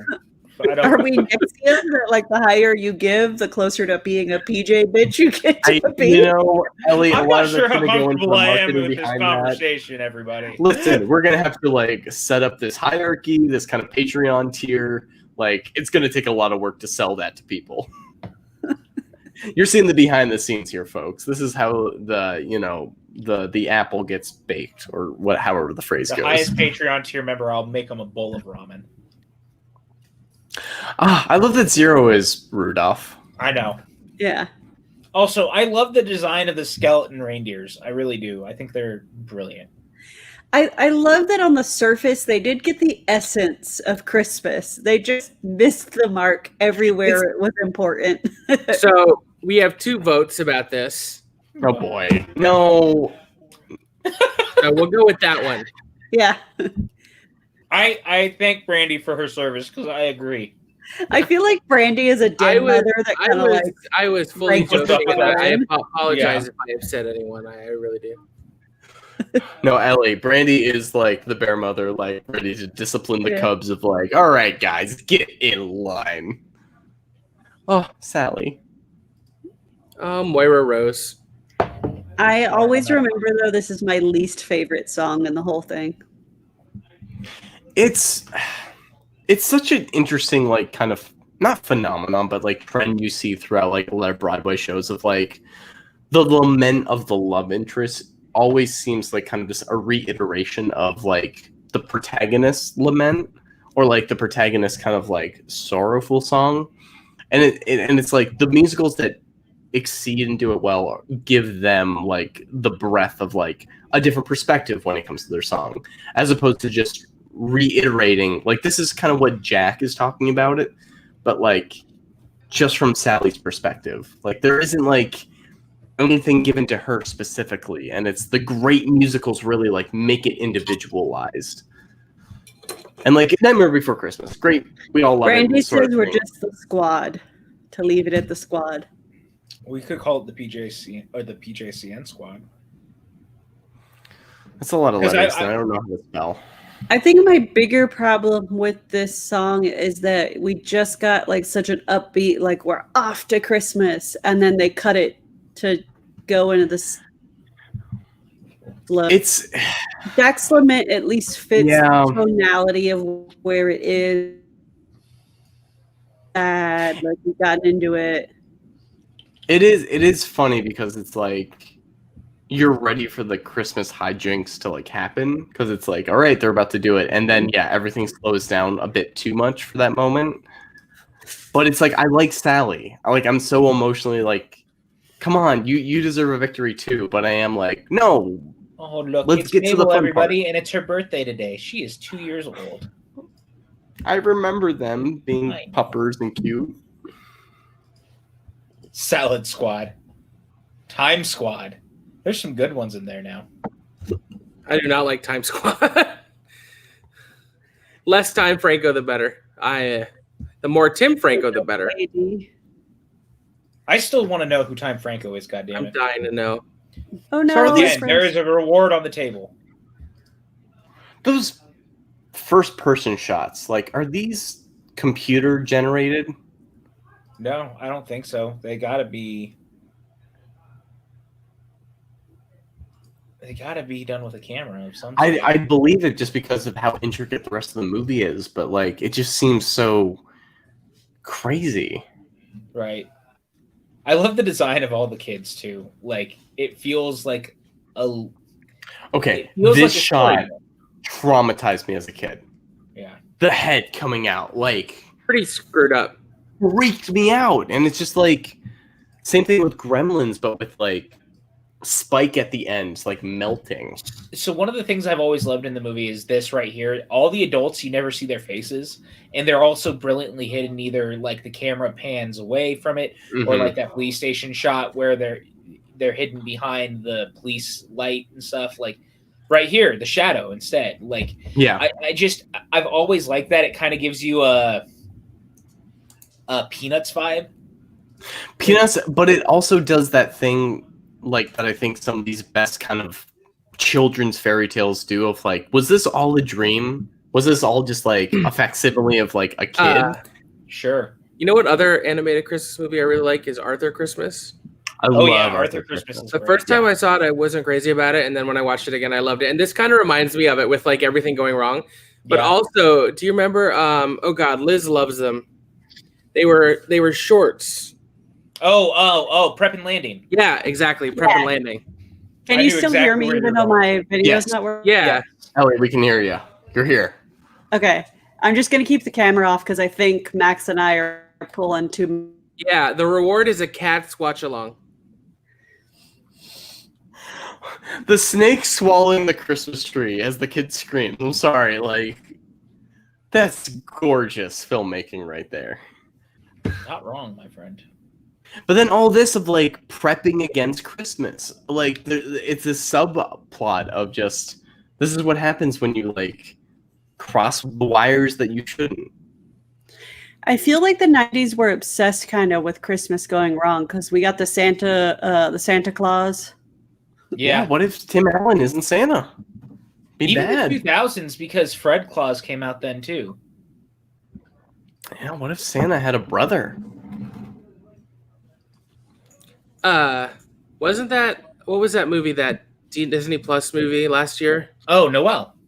Yeah, that was kind of about that, right? Yeah, it was. I think every generation has their version of the Christmas is in trouble, we must fix Christmas type thing. Look, I'm a huge fan of the Santa Claus. I know Tim Allen is not the best person, but I think that movie is just wonderful. I think that's one of the best family films of all time. I love it. What's going on from front to back? What's normally going on in Christmas land that the police have so many phones? Yeah.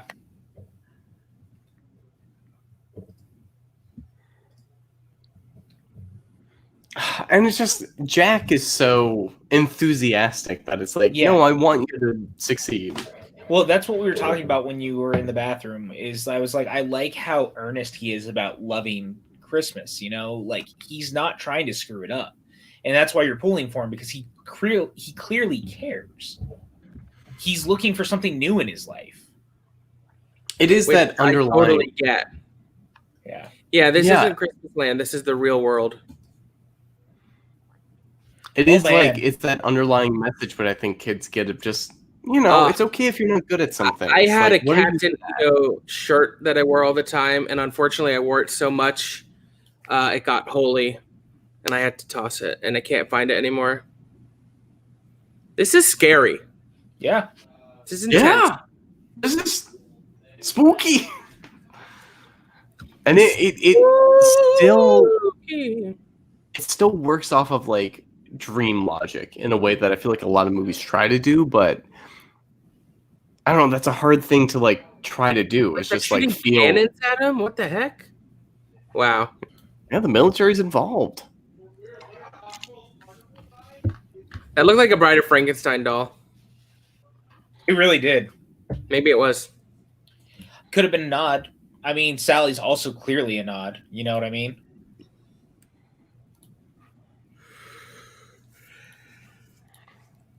Hey kids, let's watch a movie where a creepy skeleton man pretends to be Santa Claus and then gets shot down by the military. Disney's like, here's $20 million. Patty, I don't disagree with you. She said, my favorite part of the Santa Claus franchise is how they portrayed the blended family in the next two. I thought that was really sweet. I did too. I don't particularly like the third one, but I do like the second one, even if the like robot Tim Allen is horrifying. See, that's I think it's intentionally that. Oh like, yeah, and I think Elizabeth Mitchell is perfect. She's so good. Is that the Mrs. Claus? Yeah, she's lovely. No, she's great. Yeah, and I'll give, Martin Short is fun in the third one. And it's like I'm a sucker for those like It's a Wonderful Life of like if you were never here, what would have happened? Like sort of storylines. Yeah, I should give it another shot. I've come around on the third one too. To be honest with you, like I don't think it's amazing, but I like Martin Short a lot in it. Its heart's in the right place, I wouldn't be against another one. I wouldn't either, to be honest with you. Like I'd actually love to see it come full circle in a way. With Charlie becoming... Yeah. Or even just a new person, like a new kind of this shot right here, star. by the way, can I just point out how like dark it is? Like he lands in a graveyard with an angel holding him. Like, it's so good. But also just in terms of the technical thing of like, these are rotating shots where it's like, you have to make sure the camera movement is like, okay on top of the stop motion you're doing. Yeah. Like there are two sequels, Brandy. The second one is enjoyable. I'm gonna revisit the third one this season. The second one's my favorite out of the three. I didn't know that, but that makes a lot of sense. And then of course he got fired because of Frank and Weenie. Yeah. What was I gonna say?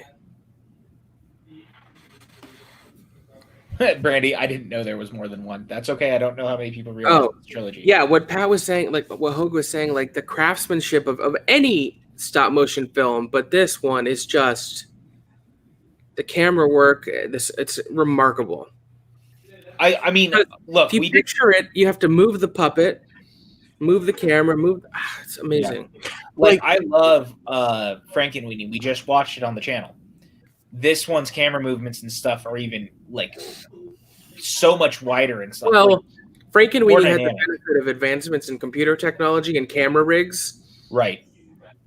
Like, I don't know if you guys have seen any of the behind the scenes footage from Kubo.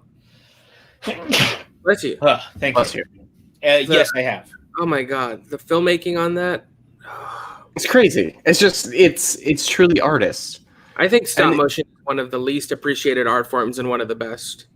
Well, and it's the only movie, and people give me examples if I'm wrong, because there's certainly others, but like in between this and like what Leica starts to do, like Monster House is really the only comparable like animated movie, and that's CG. Like that's not stop motion, but it is like there's imagery that I've only seen that movie once, and it's stuck in my head, and I know what the movie's talking about, and it's like really has a lot to pay to this movie, or like really has a lot of debt to this movie, and this one just like there's nothing like it in around its atmosphere, and like nothing until Coraline and what Leica's doing.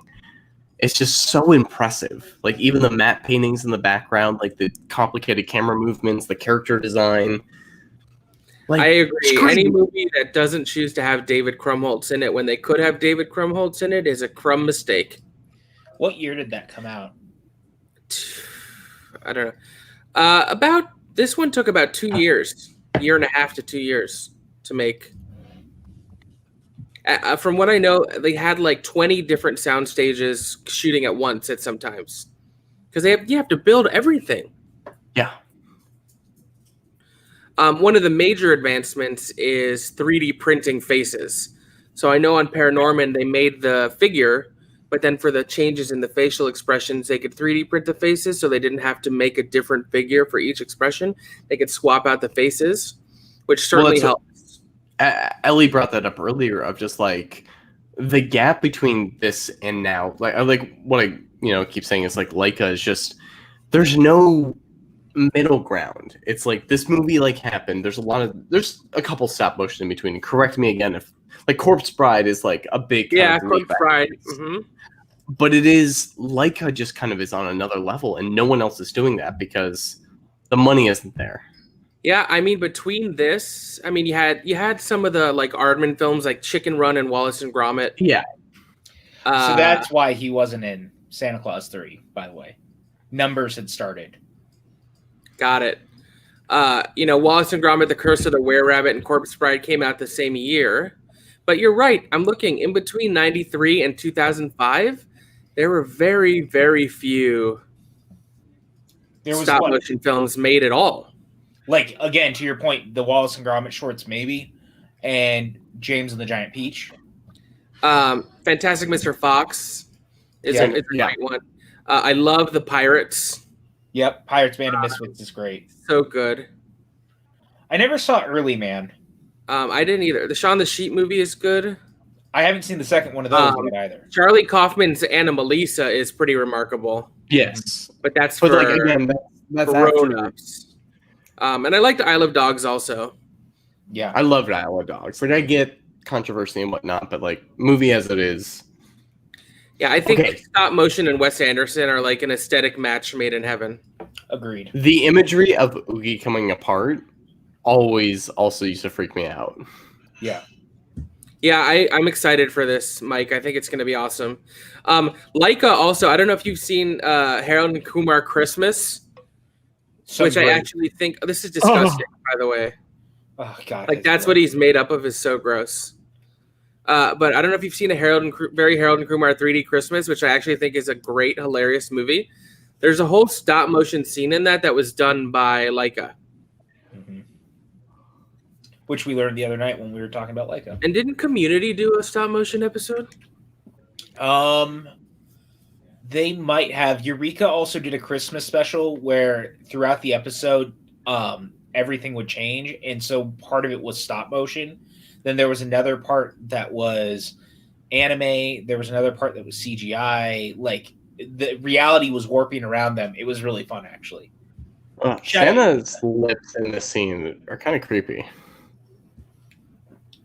Not wrong. That was disgusting. I hope if anyone else saw that, like what happened with Oogie and like Santa squishing the bug, like oh, so gross. Can't believe it's almost done. Moves so fast. This movie is no nonsense of just like desire, achieve what you want, but with like at a price. Here's the price. Resolution. Grab a hold, my boy. I love the mayor. It's like that's the kind of energy I want when I'm older. Hello, everybody. Oh. I want the vampire Teddy.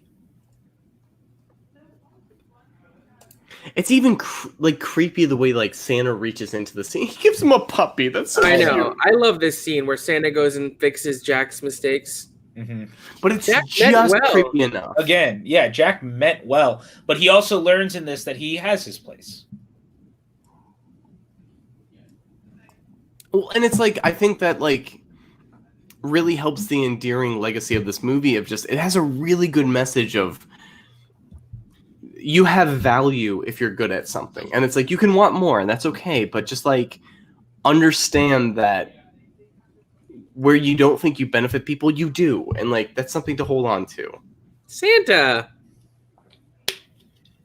Oh yeah, I love this again that the imagery of like the silhouette against the moon. Like, it's so specific to both Christmas and Halloween. I really like it, Mike. I think it's funny, but it does have a fantastic stop-motion scene that I think you'll dig.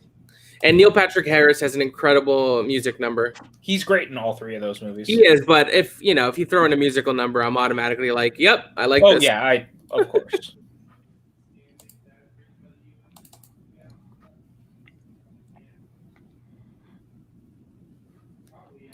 Oh, I love his little beanie hat. Sally. Keep his bald head warm. It's just this imagery is just so evocative. I love the icicles now on the curly Q, whatever you call it. The curly Q. I don't know what else to call it. The spinny thingy. Henry Selick, what a director! Like all of his films really do have super talented guy. Yeah. And he's not that well known, which is such a shame. Because this movie has intricate directing for being a pioneer of stop motion. Like this shot happened earlier, but now Sally's in there as an over the shoulder. Selick did the stop motion work on Life Aquatic. Makes sense. Makes sense.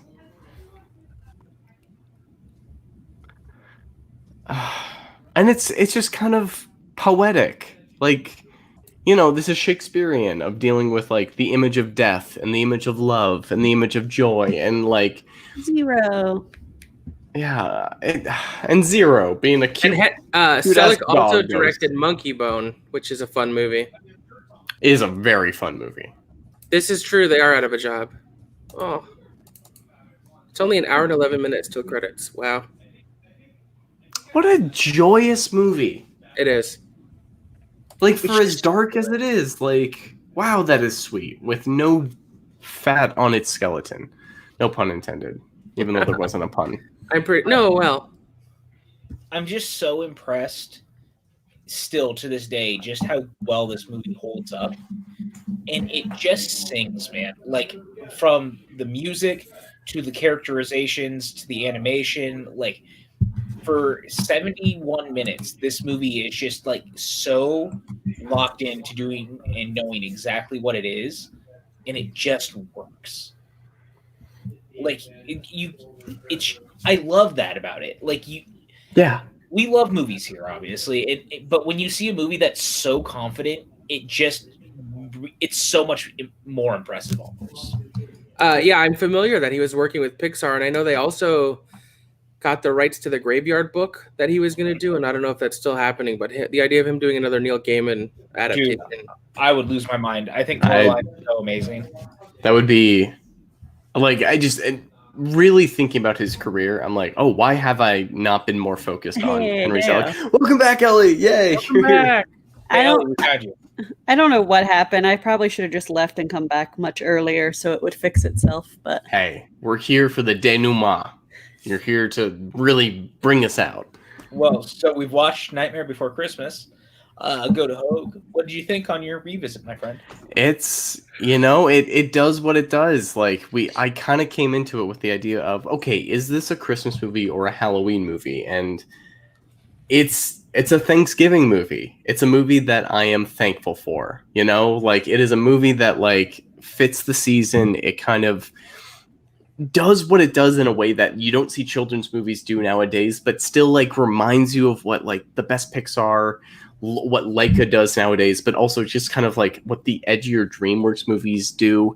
Has great songs, great atmosphere, is no nonsense, no fat on the bones of Jack Skellington. Like, man, what a way to kind of get into the mood for Christmas season that is joyous, but also, dark in a lot of ways and romantic in a lot of ways. Like, this movie has it all. And, as I'm going to come back and see more and do more watch-alongs, like, this is it. This is kind of why I'm back, is for movies like this that make me feel different things and celebrate the season and get to hang out and have great conversations with my friends. Guys, don't make me cry. You got so emotional. It's fine. Man. I did. I Yes, you missed you, do. and I'm glad you're back, and I'm glad that you can enjoy it in the same way that we always have. Like, it's just so much fun. And Ellie, I was glad to have you here because we don't get you on very many watch-alongs. Yeah, not too many. I almost missed tonight. I fell asleep on the couch, but I woke up in time, so here we are. Yeah, we were literally about to start. She goes, "Give me 5 minutes. I'll be here." I'll be right there. It was. I needed some water and some sugar to wake me up. I love it. But what did you think rewatching Nightmare Before Christmas? I love it. I always love coming back to it. I think this is like the perfect time to watch it because you're just out of spooky season and just into Christmas season. Yeah, and it really just brings back the fun memories of Max and Mize and our friend's cruise and makes like all the stories Max shared earlier kind of somehow Nightmare Before Christmas has connected to our anniversaries and marriage because of Disneyland Paris trip where we met Jack.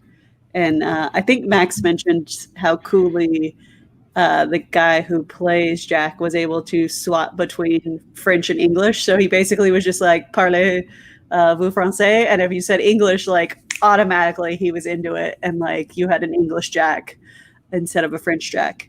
But yeah, I love it. I love that it's kind of a transitional movie. And I love at the end, like it's just everything ends up being okay. And you realize, as Hogue said, it's kind of a story of realizing that it's okay to be in your lane and to be the best at what you do in your lane. Like, even if there's someone out there doing something incredible, it looks better from the outside, recognizing that you are just as incredible. Totally. I don't disagree with you at all. What astute and beautiful way to break down the movie. This is why we have Ellie here. Maxwell, what were your thoughts? It's a lovely film. It's magical. It is lovely. It just gives you that warm feeling inside. You know, it has this creepy and gross element to it, but the like way it melds with Christmas and it opens up your heart is really beautiful. And the craft of the filmmaking is just second to none. And I think, you know, there's a lot of films that don't do well when they initially release and become cult classics, but this hasn't become a cult classic. This has become an out and out classic. Yep. Which I think just goes to show how good it is and how its story and its music has endured. I think the real, you know, obviously the animation is incredible. Everything Henry Selick did, the voice acting, but to me, the real hero is Danny Elfman. Between his songs and his score, it would not work without that. And What's This and Jack's Lament, these songs are an Oogie Boogie song. These songs are true classics that, I mean, everybody knows What's This. Mm-hmm. You start humming it, bum bum bum bum bum bum bum bum bum bum bum bum. Exactly. You see the heads going? Like everyone knows it. It's just everything about it works. It is held up so beautifully.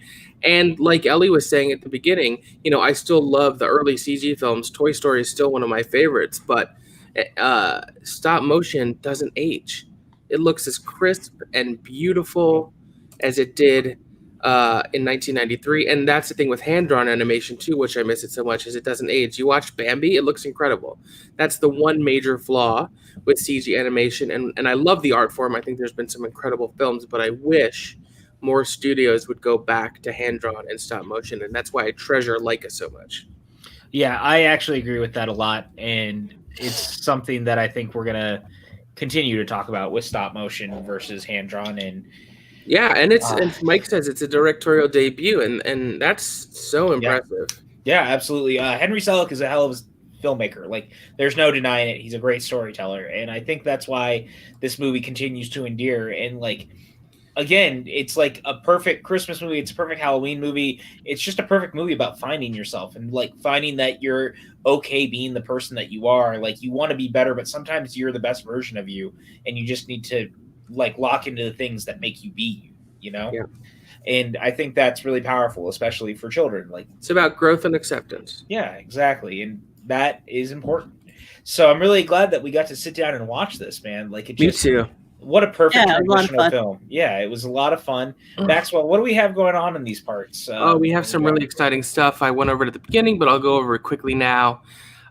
Tuesday night tomorrow, we're not doing anything, but Wednesday, Nightmare Before Christmas continues with Suddenly Soundtracks.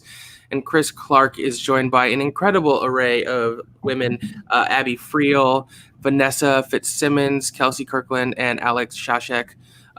All great members of the community who I'm sure you guys know, and I'm sure they're going to have amazing things to say about Nightmare Before Christmas. I think it's one of the most exciting panels Chris has had in a long time, and I believe a couple of them are making their PJCN official debut, which is really quite cool. I always love to have new people on the network, especially people we know and love and that I know our watchers. Our viewers will like. Our Korg maniacs, Korgiacs. I don't know. Yeah. We'll figure it out. We did get a Streamlabs donation from Stephen White. No comment. He just donated $10. So thank you, Stephen. You're too kind. I really appreciate it. That'll go to PJ's lunch. Most likely. Thursday night, Front Center Mezzanine is back with our guest Gerard Canonico. He's an awesome dude. He's been acting on Broadway for a very long time. Been in shows like Spring Awakening, Groundhog Day, American Idiot, and most recently Be More Chill. He has a Blink-182 cover band. He's a bit of a social activist. He's a punk rock guy.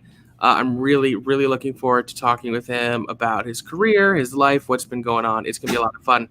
And as I mentioned at the top of the show, this is going to be the only Front Center Mez this month between the election and Thanksgiving and scheduling. But next month, we're going to do 2 episodes. One will be an interview with the guest to be announced. And much like we did the Halloween special, we're going to do a holiday special where we talk about our favorite holiday musicals. And I hope to have Preston Max Allen back for that and 1 or 2 other guests to be announced. We're going to decide what's happening Friday. There is a Schmodown pay-per-view, so maybe we'll do a late night watch along of Planes. I think we might be able to do if we started at 11 or 11:30 Eastern, I would be more than okay with that. And then I think maybe we'll do that. Yeah, that's fine. It's such a funny movie. It's a great way to decompress anyways. And if you're not available, I can handle it too. It's fine. Of course, Saturday into Sunday is the Smash-a-thon. It's going to be on its own YouTube channel. We'll all be posting the link soon. There's going to be so much fun. We're going to be fundraising and raising awareness. As I'm sure you know, our good friend and member of the Schmodown community, Kevin Smets, was recently diagnosed with stage 3 colon cancer. So we're all banding together to support him. We love him. We always send our love to him. I think it's going to be an incredible event. Yeah, Chris Clark is busy prepping for all sorts of fun stuff. And he also, he did the 24-hour stream this past weekend raising money for the Philadelphia Children's Hospital, which, by the way, their goal was $10,000 and they raised over $11,000 for the Philadelphia Children's Hospital. Of all of the Twitches that were and other events participating in the Extra Life event, they were in the top. So that was thrilling to see. Really remarkable. And I know Kristen Smith, who's always on our channel, popped in and was a part of that too. So if any of you watched that or donated, a hearty appreciation. Saturday, we'll see what we're going to do with the Mandalorian edition water cooler chat. I'd like to try and do it, even if it's a little shorter than normal. Yeah. I think it starts earlier than the 24-hour stream would be supposed to start. Anyways, at worst, it could just be me and PJ because Sully, I believe, is sort of launching off the stream, the Smash-a-thon stream. And Sunday night, we'll do an unwind. Sunday morning, we're doing the unwind as part of the Smash-a-thon. So there will be no unwind Sunday night. And then there's Monday. Yeah, is that the double feature? That is. Wow. Next Monday, we are doing a double feature of Trading Spaces and Coming to America, 2 Eddie Murphy movies that, yes, are Christmas movies, whether you like it or not. Absolutely. We'll probably start that a little earlier than our normal time because we are watching 2 films. Check back for times on that. Of course, we have a TeePublic shop. There's some new designs. There's a Scary Mary Movie Squad and the Merry Movie Squad. And the colors pictured are just the default colors. You can get the logos on any color shirt you want. And, of course, the Twitter and Salad shirt, which is designed by Jake Iacovetta. And once again, I have to give our incredible and overwhelming thanks to our patrons, our executive producers, Brandy Parker and Ricardo Franco, our Ruby tier producers, Brandon Buckingham, Ferris, Molly Damon, Jake Berlin, Mike Kay, Stephen White, and Bador. We love you. We couldn't do this without you. The fact that you like us enough to support us in such a capacity. It's Trading Places. It was a typo. Thank you. It is Trading Places. Chris Clark for a month and a half, we had a graphic up that said Sleepy Hollow instead of Sleepy Hollow. So it's a good Hallow. I don't know what to tell you. It's a great Hallow. That's Hallow. It happens. All right. It's got a nook. It's got a fireplace. It's great.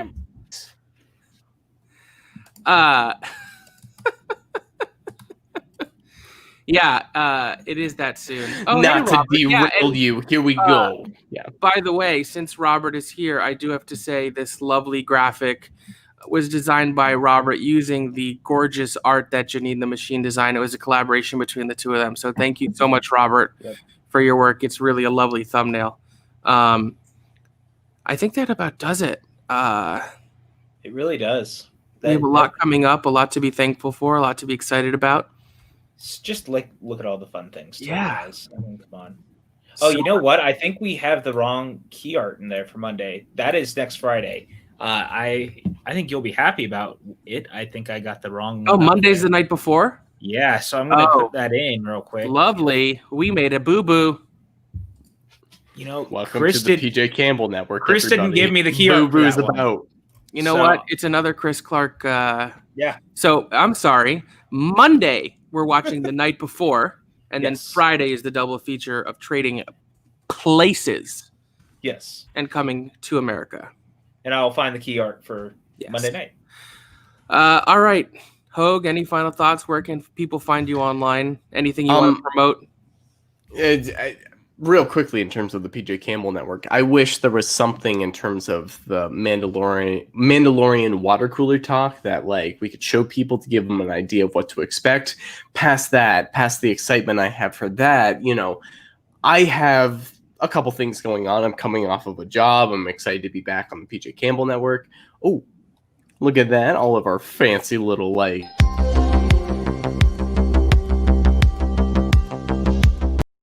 sorry, what? That's all I wanted. That's all I wanted. I just wanted. God, to be a part of a bit is the only thing that motivates me to get up in the morning. So thank you for that.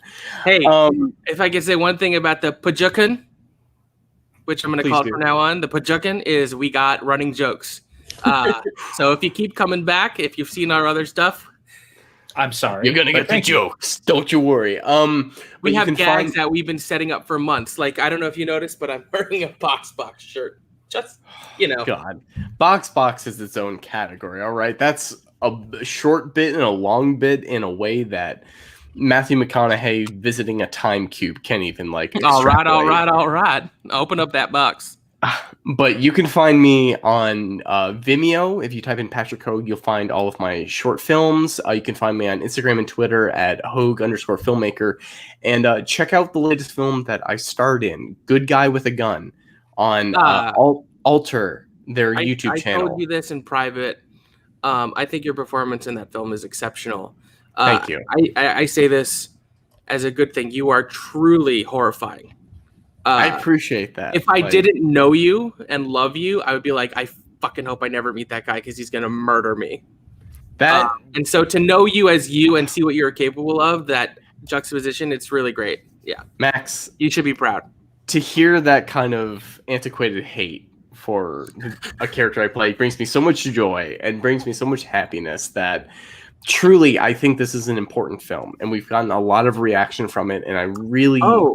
I was browsing through the comments on YouTube one day. It's normally YouTube comments are a minefield, but the praise, the reactions people have been having, and I'm not gonna lie, it made me uncomfortable, and I think that's its intent. But it's thought provoking, and it's sort of it's daring, and it tries some things that I would give a trigger warning to it. It's tough stuff. Absolutely, and we're not at all discrediting reactions if it's too extreme, but we want discussions to happen. And whether it's comments, we're not here to fight people, but we're here to talk.